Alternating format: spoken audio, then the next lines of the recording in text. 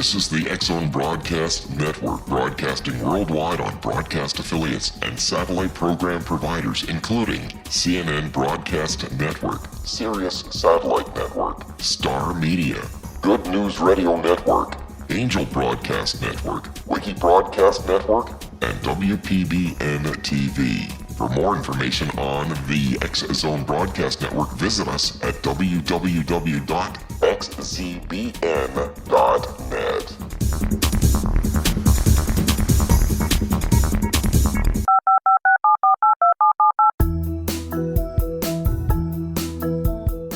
Did you know that when you're on the road with limited data or Wi-Fi, you can still listen to the X-Zone Radio Show with Rob McConnell, The Science of Magic with Gwilda Wiyaka, X-1, Dimension X, Space Patrol, and every minute of the X-Zone Broadcast Network by calling 213-401-0080, courtesy of Audio Now.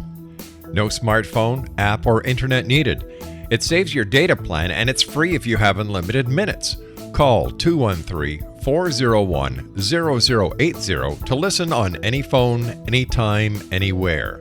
Remember, 213-401-0080 for the best of the paranormal, parapsychology, and sci-fi radio programming anywhere, 24/7, 365. And welcome back, everyone. My name is Rob McConnell, and yes, we're coming to you from our studios in Hamilton, Ontario, Canada. 1-800-610-7035, worldwide toll-free. Email xzone@xzoneradiotv.com. On MSN Messenger, xzoneradiotv@hotmail.com, and our website, www.xzoneradiotv.com. My guest this hour is no stranger to the X-Zone Nation. John Michael Greer is with us.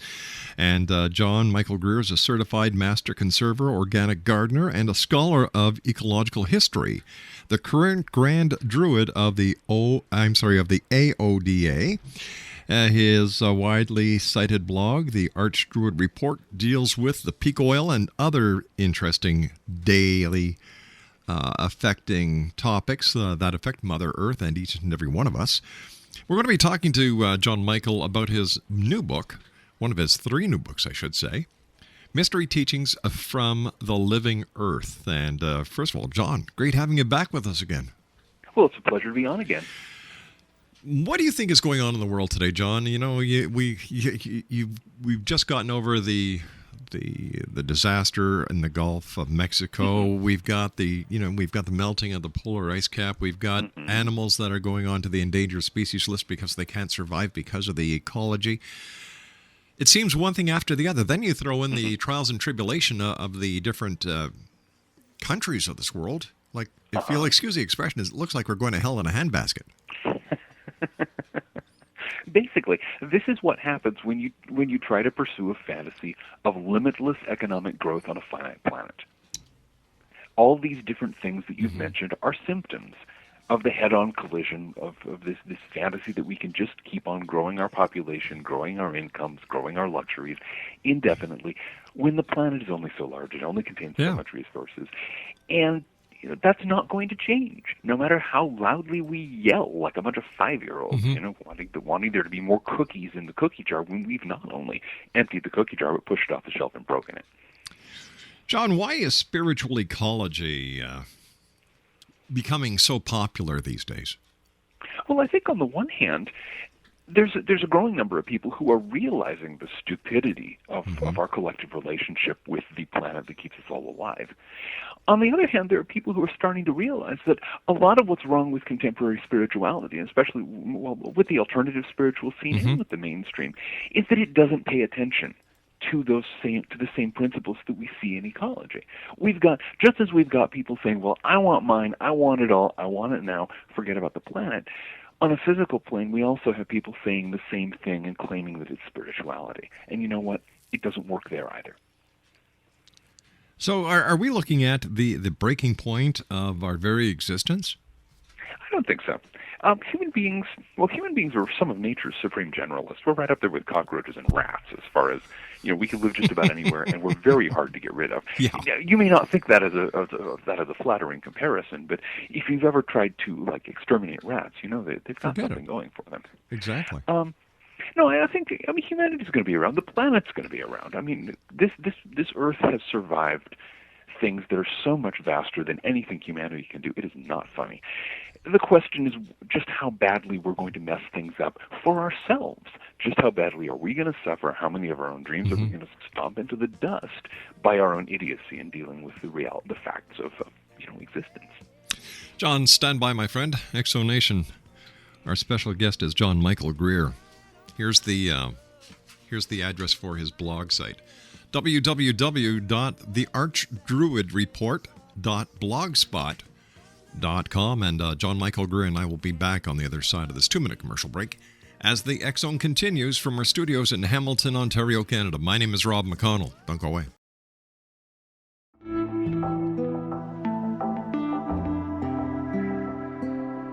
Take a step back in time and discover old Florida cuisine at Marsh Landing Restaurant in Fellsmere. Enjoy delicacies such as frog legs, gator tail, catfish, and swamp cabbage, or enjoy the more traditional cuisine like hand-cut Angus steaks, ribs, and seafood. Join us for breakfast with a southern flair featuring sweet potato pancakes, biscuits and gravy, and much more.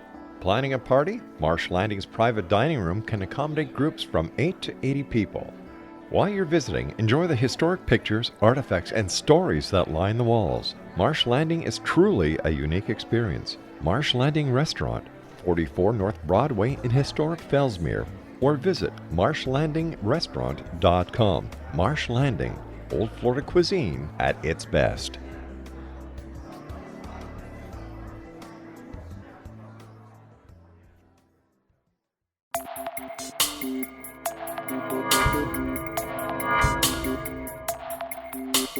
Are you interested in the paranormal, ghosts, UFOs, or psychic phenomenon? Join me, Tim Bartley, co-host of Talking to Spirits with Lightworkers Tim and Justina, coming mid-January 2017 to the XZBN. We will channel spirits live and talk to them, revealing all kinds of amazing information. Spiritual attachments will be found and removed on the show, and so much more. To find out when you can listen to Talking to Spirits with Lightworkers Tim and Justina, visit www.xzbn.net for listeners on both sides of the veil.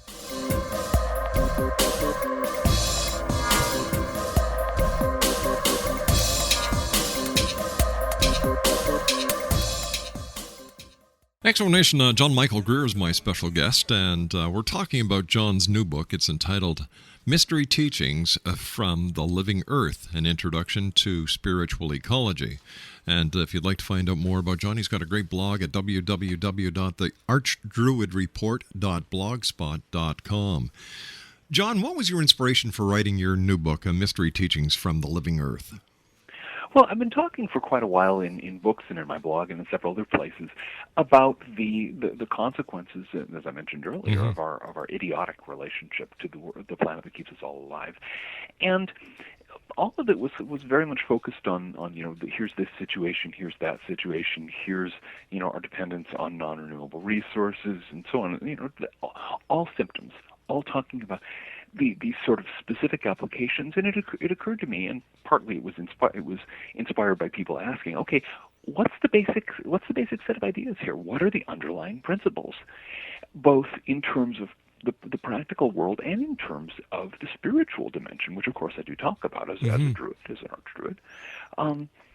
And so it was a matter of sitting down and saying, okay, how am I going to communicate to people who probably didn't learn a thing about ecology in school? I mean, it's not as though we teach it, and who have ideas of spirituality that have been very much shaped by this notion that we've got that the universe owes us whatever we happen to desire. How can I communicate that to them? And so it was from a process of mulling that over and thinking through it and saying, okay, how can we take things right down to basics, that this book took shape. What's the main message? Is it too late, John? Can we correct what we've done wrong? And why are humans so stupid? Well, I'm going to take those in reverse order. Why are humans so stupid? They're not, actually. The problem with people is simply that we get used to a particular order of things, and we don't notice that it's changing. And if we happen to get on a roll with something that happens to be non-renewable or not that cannot be continued indefinitely, we don't like to deal with that. And that's been the situation for the last 300 years. Since the beginning of the Industrial Revolution, we figured out that we could raid the planet's cookie jar. Basically the planet's stash of stored carbon in the form of coal, oil, and natural gas, and use it to fuel a 300-year-long joyride. And that's exactly what we've done. Every year we've dug more, we've pumped more, we've drilled more, we've extracted more carbon from the planet, burnt it. Woohoo! We've had a grand time. Yeah. Except now the bill's coming due. It's like any really wild party. You wake up the next morning, you've got a lampshade on your head, you're sprawled on the floor. The place has been torn up. People have emptied their various biological necessities in various random places. It's a mess. And there's a huge bill for liquor that you don't remember ordering. That's basically the situation we're in now. And so everybody's trying to figure out, is there any more booze so I can drink myself into oblivion and not notice, put off that reckoning for a little while longer. This is not a useful strategy, but it's a very human one. John, is this why people are into the end of the world scenarios? Because they figure that if the world comes to an end, hey, I don't have to worry about the mess. If the world comes to an end, we don't have to clean up our mess. Exactly. And we don't have to deal with the situation that we've made for ourselves. I think of a person that a friend of mine talked to right before the Y2K non-crisis thing happened. She was talking to him and saying, I'm really, really worried about this whole Y2K business. He was going, okay, I understand that. Your banks might shut down, power shut down, blah, blah, blah. Yeah. But no, that was not it. She put him straight. Her life was at a dead end. Her career was falling apart. Her marriage was breaking down. The thing that horrified her was that she'd have to wake up on December 1st, 2000, and go on with the life that she made for herself. And she would rather have seen civilization crash into ruin and end up huddling in a burnt-out basement than go on with her own life. We get a lot of that nowadays, and that's what's behind the rapture bunnies and the whole 2012 business and everything.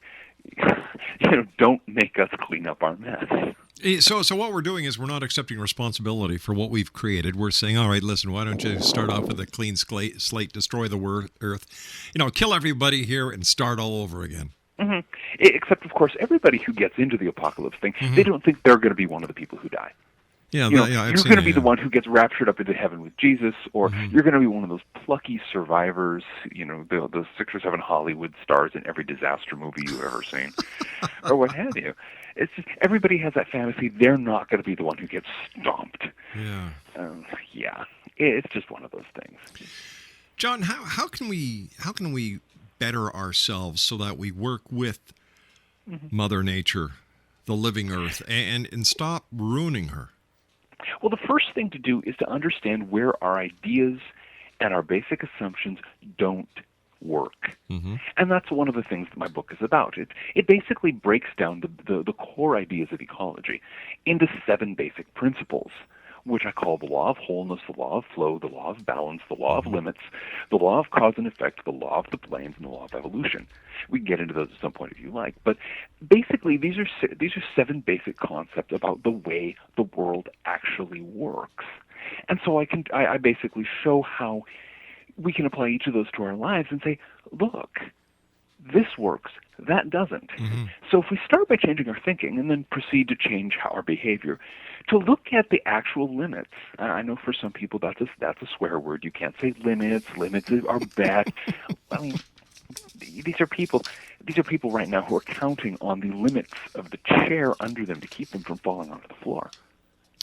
Limits are essential. But limits are a fallacy. I had a very funny experience once. I was invited to this big conference on nature spirituality at a retreat center in the Pacific Northwest, and there are people from many different spiritual traditions there. And everybody was supposed to get up and talk for about 15 minutes about what they felt was really important to grasp. And so I stood up and started talking about limits. And it was a warm summer day, but the temperature in that room dropped 30 degrees by the time I'd said about half a dozen words. It was funny. Nobody wanted to hear about limits. But in fact, think about your body, okay? Mm-hmm. Your body has certain limits. It needs those limits to survive, Yeah. okay? You've got the limits of your bones keep you from collapsing into a puddle of jelly on the floor. The limits of your immune system keep germs from just walking in and taking over. Yeah. The limits of your skin keep your body fluids from flowing all over the place. We But won't the even talk about limitation- the limits imposed by your sphincters. But then again, John, the limitations that people put on their own sanity and their own awareness of the world around them is detrimental. The point is that you choose the limits. You understand because you can't, for example, you can't have infinite perception of everything at once. If you do that, you will go mad. If you even make the attempt, you can't let everything into your mind at once. The point is you choose what you're going to limit, what you're not. So we're our own worst enemies. We would always. Yeah. Sad world. And we're our own worst enemies because we fail to pay attention to the limits that matter. Things like you can't keep on increasing your energy use indefinitely without unbalancing the climate and running out of fuel, usually about the same time. And we fail to say, okay, well, let's accept that limit and let's push the limits of our own capacity for generosity and caring. I bet we can do a lot more of that than we've done so far. I noticed in the information that Lisa Trudeau at Wiser Books had sent us is that there's the law of wholeness, the law of flow, the law of balance, the law of limits, the law of cause and effect, the law of planes, and the law of evolution. What's the law of wholeness? The law of wholeness is that's the first law. That's the foundation of everything. The recognition that everything that is part of a whole system. Right. Nothing stands aside. Nothing is outside. This means, among other things, that there is no such place as away. You throw something away, pollution goes away. No, it doesn't. There is no such place. If you dump something into the water supply, you're going to be drinking it before long. It's a whole system. Everything is part of a single system, and it all cycles back around. That's the law of wholeness. So what goes around comes around. What goes around comes around. And there again, we have an ecological principle, which is also a basic spiritual principle. One of the points of the book is precisely that if you understand ecology, you actually understand the core teachings of the great spiritual teachers of our species, because they're talking about the same thing. The law of flow. The law of flow. Everything flows. Yeah. You think you can grab onto something, you can't. You think you can cling to something. You also think, especially if you're an American or to some extent a Canadian, I don't think you guys are quite as bad off as we are down here, you think you can pile up endless amounts of it and hang on to it. Well, of course, then you die, which doesn't help. But generally speaking, trying to interfere with flow to build accumulation, to mass stuff up, is a self-defeating game. It's a sucker's game. Well, of course, the old saying, you can't take it with you. You can't take it with you. Exactly. And even while you live, okay, you buy a huge McMansion, you fill it with stuff, you get so much additional stuff that you have to stick it into storage. I mean, we're the only civilization in human history that's built an entire industry around building vast warehouses to store things that people buy and don't need, and don't even have enough need for that they need to get into it anytime soon. And of course, now you've got the television shows, you've got hoarders, you've got rental wars. Is it rental wars? You got all this crap. Yeah. And in fact, all this stuff is flow. Storage wars, I'm sorry. Go with the flow, if you will, and let things flow, and be aware that, among other things, an economy thrives best when there's cash flow, not cash accumulation. Our economies right now are crippled because we've got too much money being accumulated by too few people. They're not letting it flow. Stand by, John. You and I have to take our news break at the bottom of the hour. Let's take our news break. Always great talking to you, John. Thanks very much for joining us. Exonation, John Michael Greer is our special guest. The Archdruidreport.blogspot.com, the name of his new book, Mystery Teachings from the Living Earth. John and I will be back on the other side of this news break. Don't go away.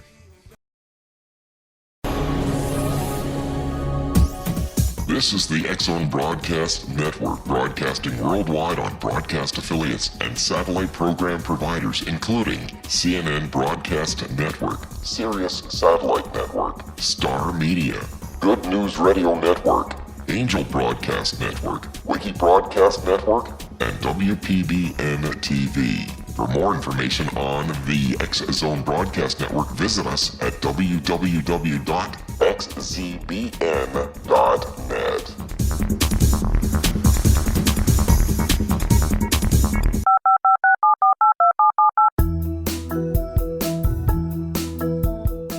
Did you know that when you're on the road with limited data or Wi-Fi, you can still listen to the X-Zone Radio Show with Rob McConnell, The Science of Magic with Gwilda Wiyaka, X-1, Dimension X, Space Patrol, and every minute of the X-Zone Broadcast Network by calling 213-401-0080, courtesy of Audio Now.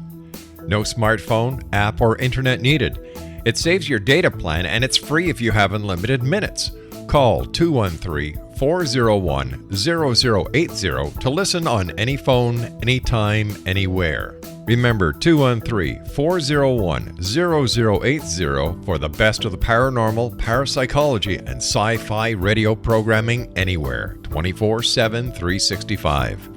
And welcome back, everyone. John Michael Greer is my guest of this hour. His blog spot, a great read, the Archdruid Report. .blogspot.com. That's the Archdruid Report.blogspot.com. First of all, John, always great having you with us here. And, we're talking about your new book, Mystery Teachings from the Living Earth. And we talked about the law of wholeness. We talked about the law of flow. Now, I think the law of balance is pretty self-explanatory. It is. We all know it. We all pretend it doesn't apply to us. It always spins around and kicks us in the butt, and then eventually, hopefully, we get a clue. And, of course, the law of limits, I'm sure, works the same way. We talked about that in the last segment. In fact, we all depend on limits. We can choose to some extent what limits we will have, and that's the basis for power. That's the basis for achievement. It's the basis for beauty. Any manifestation happens because you limit all of the other things that something could be. It's like, when you're about to paint a painting, you've got a perfectly blank canvas. It's limitless. Once the first dab of paint goes on, that limits what you can do with it from then on. And by the time you finish the process, it's completely in place, completely manifested, completely limited. It is what it is. The same is true with everything else. The law of cause and effect. Everybody knows laws. that. Yeah, law of cause and effect. But it has a detail that a lot of people tend to miss, especially in the spiritual scene. Of course, every cause has an effect. Every effect has a cause. Everything has causes that are, at least one of the causes has to be of the same kind as the effect. For example, a heated argument is not going to start a house fire. You need like a spark or a match or something like that. And the total sum of causes have to be equivalent to the effect. You're not going to cause some vast, like the want of a nail, the horseshoe was lost, and so on and so forth. Yes, but only if you have a whole bunch of other causes flowing in to lead to, the loss of the kingdom at the end of the rhyme. So there are these factors in cause and effect that have to be understood, or you're going to try causing vast changes with half-vast, if you'll excuse my expression, capacities or causes. It sounds like a lot of common sense. Well, yes. It's just common sense has been rather in short supply in recent years. Isn't that the truth? Yeah, you'd think that it would be common sense to look at the fact that we've already burnt our way through about half the world's original petroleum supply, and that it's going to be harder to get. It's going to be lower quality. It's going to be much more expensive to pump out. It's beginning to run short. We can't simply increase the supplies. This means we have to scale back and not, just put the pedal to the metal and just try to keep on leading the rip-roaring lifestyles we've had in the last, few decades. But that's a piece of common sense that's beyond a lot of people, and especially beyond a lot of politicians. Well, of course, and then there's the other alternative, John, where all these great minds that are putting things on Mars could bring their minds back to this planet and find alternative energy. Well, yes. And we could also learn to use the amount of energy we naturally get responsibly from wind and things like that efficiently. We are so sloppy in our energy use. I mean, it does not take the amount of energy that an American or a Canadian uses in a course of a year to fuel a comfortable lifestyle. You go to Europe, they use about a third as much, and, they have, like, civilized lifestyles, or they don't live in caves or anything. In many ways, their lifestyles are better than ours, and yet they use a third the energy we do.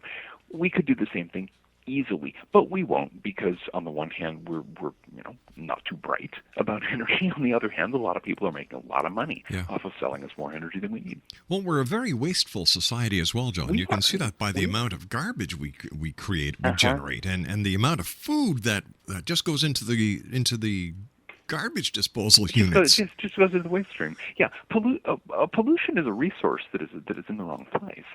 Yeah. But and this is in nature. Everything cycles back around. One creature's waste stream is another creature's food supply, and we can do this ourselves with something as simple as a compost heap.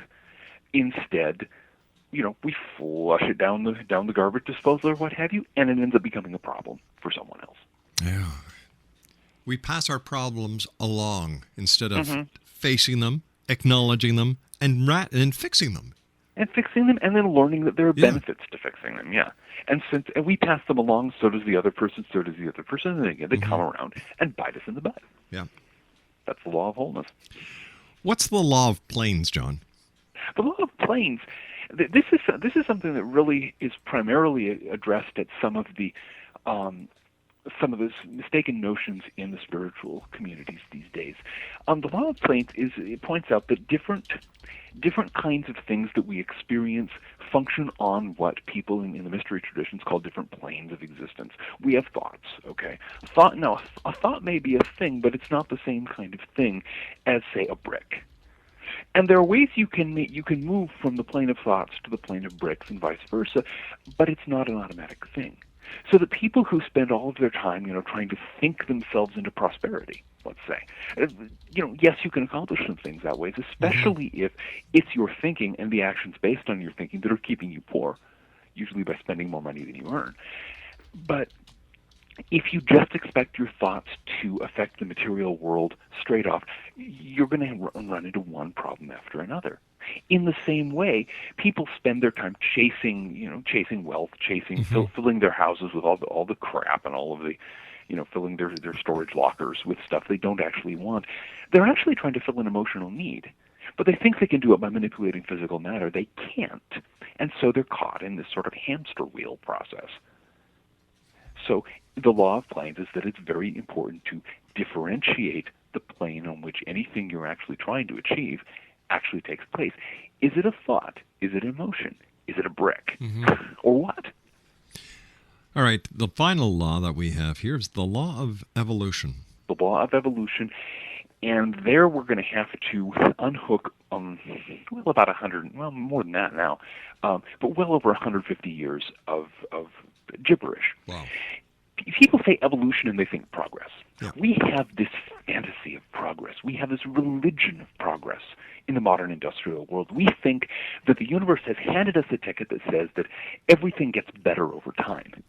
That's not, I mean, that's the whole idea. My children should have a better life than I do, off in the future. Eventually we'll go zooming off into space to some kind of Star Trek future metastasizing across the galaxy. No. Evolution is just adaptation to circumstances. That's all it is. It doesn't go anywhere. It doesn't lead anywhere. It's not this sort of grand march of progress with us, of course. Humanity is the leading edge. I mean, this fantasy that we're more evolved than other things, that some people are more evolved than us, is garbage. We've all been through exactly the same, 2.5 billion years of evolution as a blue-green algae. In fact, they got it right. They got it right about 1.5 billion years ago. They haven't had to fix anything since. We're still trying to get it right. But so evolution is simply it's a process of adaptation over time. And the point of the law of evolution is that it points out that things change over time, that they change by adapting to changing circumstances, and that they're not leading to any grand and glorious goal. We can't sit on our hind end and wait for the rapture. We can't sit on our hind end and wait for 2012 to bring a marvelous new age of consciousness that we don't have to work for. It's not going to happen. It's not going to happen. Yeah. We're going to get exactly the world that we ourselves are willing to build with our own thoughts, our own actions, our own choices. And the funny part, John, well, it's not funny, it's very pathetic, is that over the years, throughout the centuries, we have not learned through our mistakes. We still keep on making the same mistakes, doing the same thing, looking for a different reaction. It's insane. Evolution is a slow process.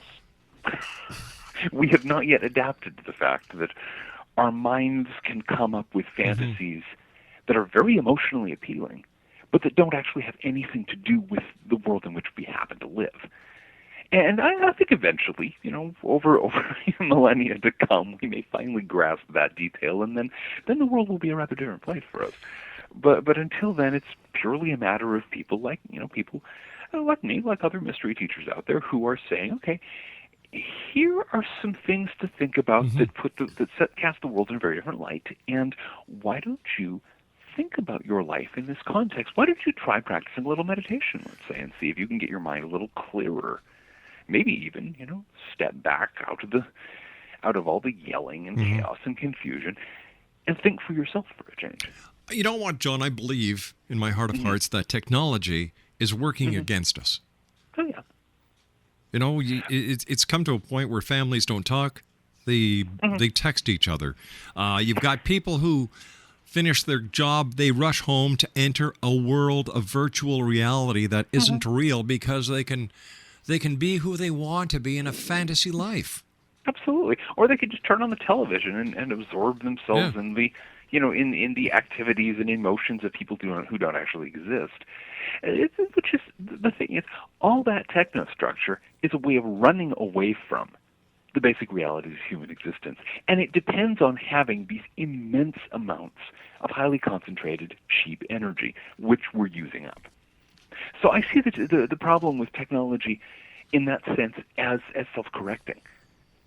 As the availability of energy goes down, as the availability of resources go down, as the price of both goes up, a lot of people are going to find themselves suddenly deposited outside of their virtual reality back in the real world. And then they're going to have to learn. It's going to be very hard for them, though. It's going to be a rough road. Evolution usually is.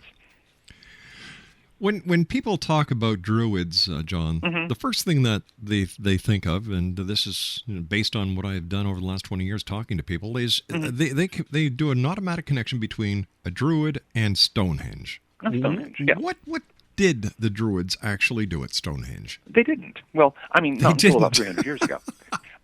As far as we know, Stonehenge, nobody's really sure. There were no written records. Nobody knows when the Druids got started, the original ancient Celtic Druids, I should say, when they got started, because they also didn't keep any written records. One of the few things we know about them is that they thought that writing was a bad idea. They thought that it spoiled your memory. And so it's a technology thing. Yeah, this hot new technology called writing. I don't know about that.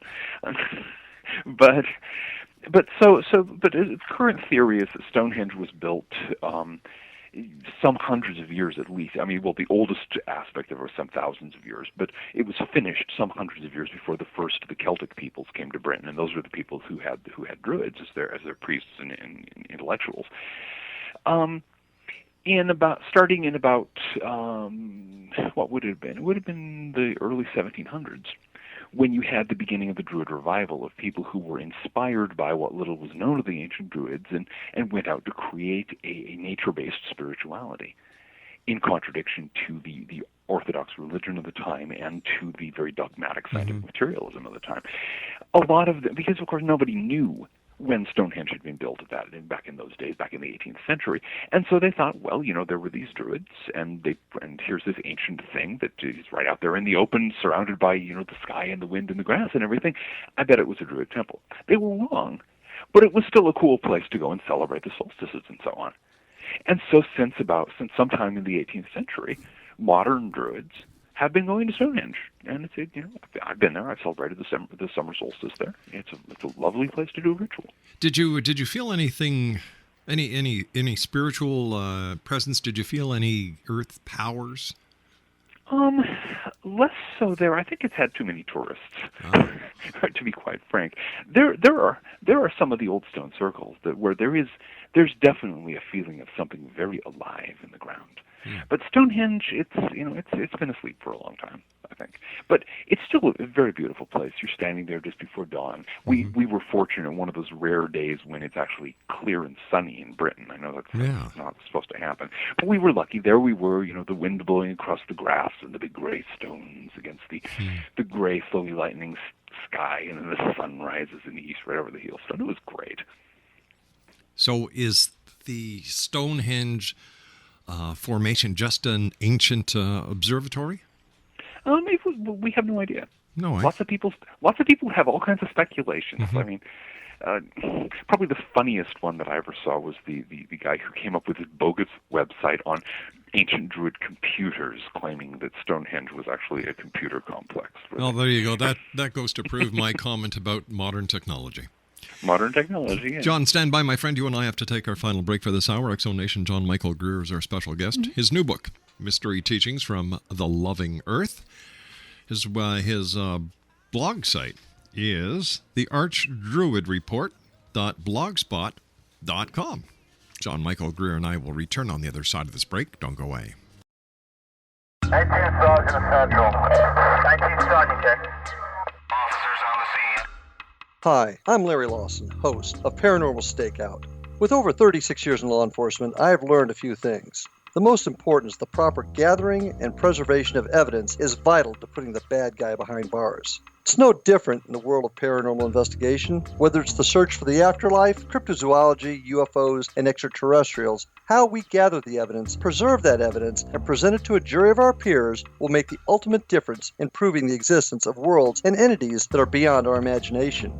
Join me, Larry Lawson, every week on Paranormal Stakeout when, along with my guests, we'll take a journey to prove with indisputable evidence what man has struggled to believe for centuries. Go to xzbn.net for the broadcast schedule and check me out at paranormalstakeout.com.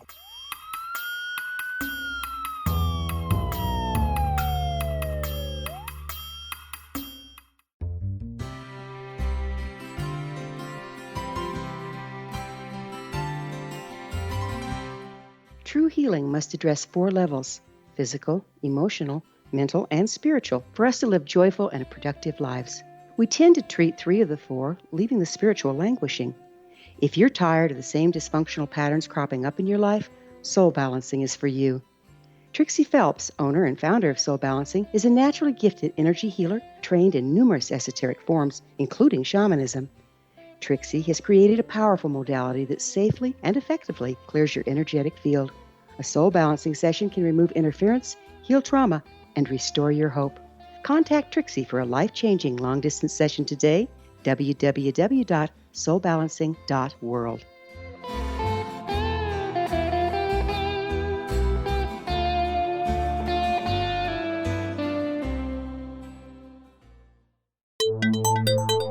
You're listening to the X-Zone Broadcast Network, www.xzbn.net. Exonation, John Michael Greer has been my guest this hour. His new book, Mystery Teachings from the Living Earth, and his blog spot is www.thearchdruidreport.blogspot.com. John, last time you were on with us, we were talking about the apocalypse, and you know what? Laura and I went down to the Mayan ruins. We talked with the Mayans. We went through Mexico, Belize, Honduras. You know, we spoke to the scholars. We spoke to many of the Mayans themselves, who, by the way, I don't know why people think they're extinct. There's over 2 million of them still living. Of course there are. Yeah. But it's much more convenient to spin fantasies about the Mayans if you can pretend they don't exist anymore. There's only one thing they love about the 2012 hype, and that's the increase in tourism. Oh, it's got to be. It's got to be making their day. It is. Except then you have to deal with all these clueless gringos. Yeah. So why is it then, John? You know, 2012. 2000 Y2K was doom and gloom. There's been over 200 or 300 other dates that have come and gone. December the 21st, 2012, people are looking at either the galactic alignment or the second coming of Christ, or my idea is, okay, let's go to the Red Rocket store, get 3 pounds of wings, and sit down and watch everybody make fools of themselves. I think it's an excellent idea, and it's one that has a lot of historical, a lot of historical panache behind it, because that's exactly what a lot of people have done when these past things have happened, and they've always been right. They have. You pick up the wings and a couple of beers and watch people make fools of themselves, and I'm sure people were doing that in the 5th century BC. John, I don't know if they had wings handy, but whatever the local snack food was. What really makes me laugh is here we've got a technologically advanced society. We can put people on the moon. We can put robots on Mars. We can go to the very depths of the ocean. And yet we still look at a groundhog to predict the weather. That's good, yes. Is it me? Do I see things strangely? What am I missing? No, it's very simple. We have all of these toys that we're powering by breaking into Earth's carbon cookie jar, but we're still the same people. We're still the same human beings. All the toys have not changed. The fact that we're right there with the medieval peasants, convinced of the wonder-working powers of this standing stone in the local fields. Yeah. We haven't changed that much. We just project our fantasies onto different things. We project them onto the Mayans. We project them onto complete misreadings of the Book of Revelation. We project them onto the singularity. Computers are going to become, the surrogate gods and grant us immortality, or what have you. It's the same basic human situation from which each of us has the opportunity of stepping back a little bit and trying and working on the process of getting more of a clue, and if all more of a state of consciousness. And of course, if all else fails, get yourself a groundhog. Get yourself a groundhog. Yeah, John, I want to thank you. I've got one in the backyard I can lend you. John, I want to thank you ever so much for joining us. Always a great pleasure talking to you, my friend. Quickly, give our listeners your blog address. Okay, the blog is thearchdruidreport.blogspot.com, and my books can be got at your favorite full-service bookstore or direct from the publisher. In this case, it's redwheelwiser.com. Nice talking to you, John. Take care of yourself. Look forward to the next time you and I meet here in the X Zone. I look forward to it also. Take care, my friend. Bye-bye. And don't forget to feed your groundhog. X Zone Nation, John Michael Greer has been my guest this hour. Once again, thearchdruidreport.blogspot.com. I'll be back on the other side of this commercial break with the news at 6.5 minutes past the hour as the X Zone continues. With yours truly, Rob McConnell, from our studios here in Hamilton, Ontario, Canada. Dare to believe and dare to be heard. We'll be back. Don't go away.